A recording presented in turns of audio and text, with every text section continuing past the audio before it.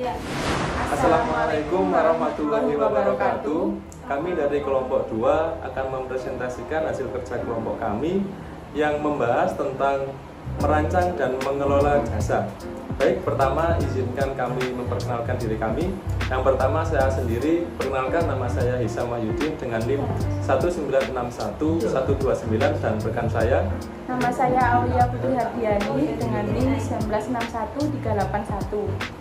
Ya baik, di sini kami akan mempresentasikan tentang merancang dan mengelola jasa. Saya akan menjelaskan bagaimana cara merancang dan mengelola jasa. Ya, yang pertama pengertian dari jasa. Pengertian jasa menurut Philip Kotler, jasa adalah setiap tindakan atau kegiatan yang dapat ditawarkan oleh satu pihak kepada pihak lain yang pada dasarnya tidak berwujud dan tidak mengakibatkan kepemilikan apapun. Produksinya dapat dikaitkan atau tidak dikaitkan dengan suatu produk. Slide yang berikutnya menjelaskan tentang sifat jasa. Menurut ahli ekonomi dunia, Philip Kotler, jasa memiliki 4 sifat atau karakteristik pokok yang unik. 4 karakteristik yang membedakan dengan produk barang fisik tersebut adalah: yang pertama, tidak berwujud atau intangibility. Jasa bersifat intangible, artinya adalah sesuatu yang tidak berwujud. Jasa tidak dapat dilihat, dirasa, didengar, atau dicium sebelum jasa itu dibeli. Jika benda merupakan objek, alat atau benda yang bisa dinilai dari bentuk dan fungsinya, maka jasa adalah suatu perbuatan atau pelayanan, kinerja, performance, atau usaha. Yang kedua, tidak dapat dipisahkan atau inseparability.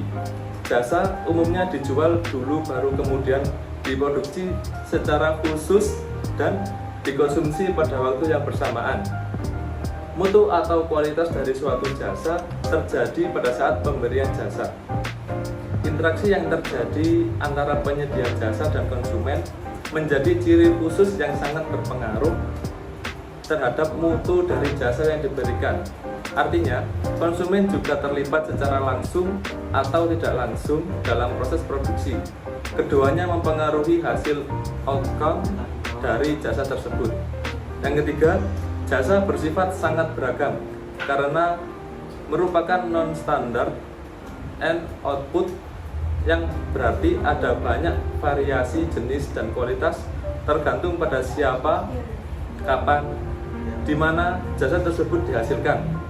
Ya, di sini ada 3 faktor yang menyebabkan variabilitas kualitas jasa, yaitu pertama, kerjasama atau partisipasi pelanggan selama proses penyampaian.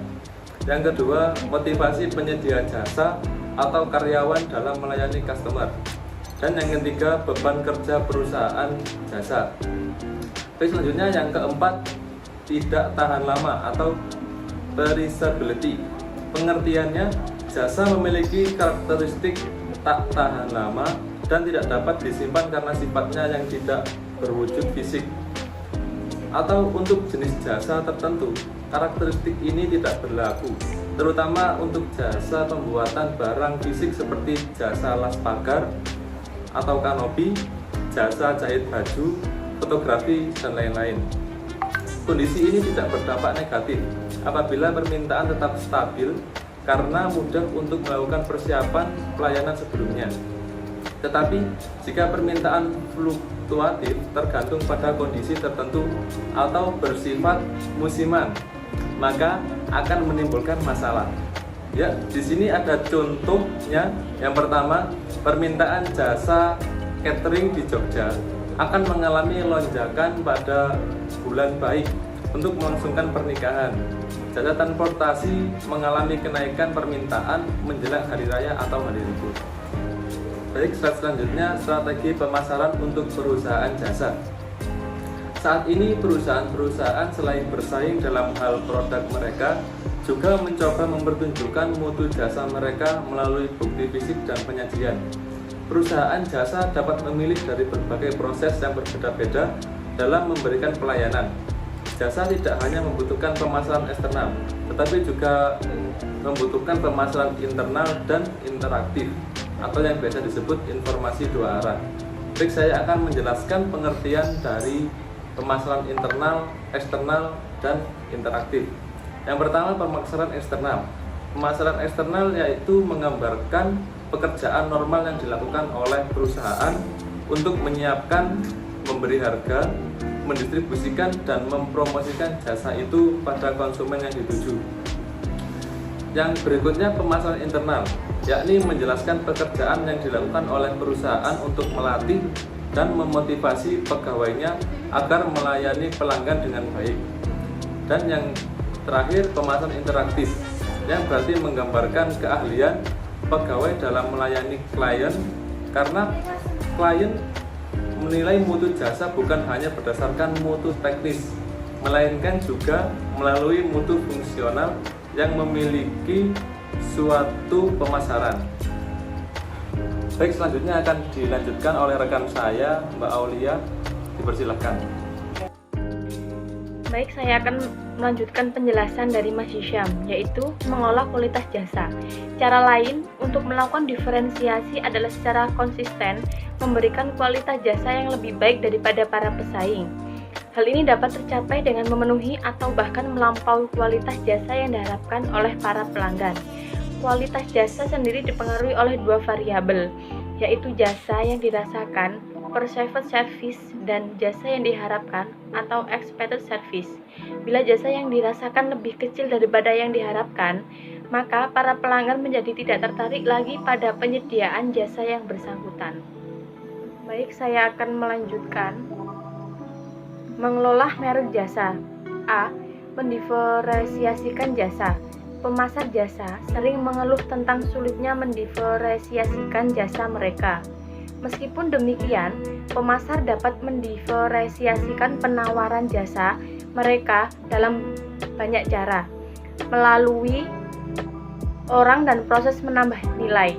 Penawaran bisa mencakup fitur-fitur inovatif. Apa yang diharapkan pelanggan disebut paket jasa primer. Penyedia jasa dapat menambah fitur jasa sekunder ke dalam paket. B. Mengembangkan strategi merek untuk jasa. 1. Memilih elemen merek. Karena jasa tidak berwujud dan karena pelanggan sering membuat keputusan dan pengaturan tentang jasa di tempat yang jauh dari lokasi jasa sebenarnya. Pengingat merek menjadi sangat penting. Jadi, nama merek yang mudah diingat menjadi penting. 2. Menetapkan dimensi citra. Mengingat sifat manusiawi dari jasa, tidak mengejutkan jika kepribadian merek merupakan dimensi citra yang penting untuk jasa. 3. Merencanakan strategi penetapan merek. Terakhir, jasa juga harus mempertimbangkan pengembangan hierarki merek dan portofolio merek yang memungkinkan positioning dan membidik segmen pasar berbeda. Pemasar dapat menetapkan merek kelas jasa secara vertikal berdasarkan harga dan kualitas. Selanjutnya, mengelola jasa pendukung produk. Perusahaan yang memberikan pelayanan yang bermutu tinggi tidak diragukan lagi akan mengungguli pesaing yang kurang berorientasi pada pelayanan. Perusahaan yang bermutu jasa tinggi mampu mengenakan harga lebih tinggi, tumbuh lebih cepat, dan menghasilkan lebih banyak keuntungan karena kekuatan mutu jasa mereka yang lebih unggul. Untuk memberikan dukungan yang terbaik, perusahaan manufaktur harus mengidentifikasi jasa yang nilai paling tinggi oleh pelanggan dan kepentingan relatifnya. Perusahaan manufaktur dapat menawarkan dan menetapkan harga pelayanan pendukung dengan cara yang berbeda. Baik, sekian presentasi dari kelompok kami. Apabila ada kesalahan kata atau apapun itu, kami mohon maaf sebesar-besarnya. Wassalamualaikum warahmatullahi wabarakatuh.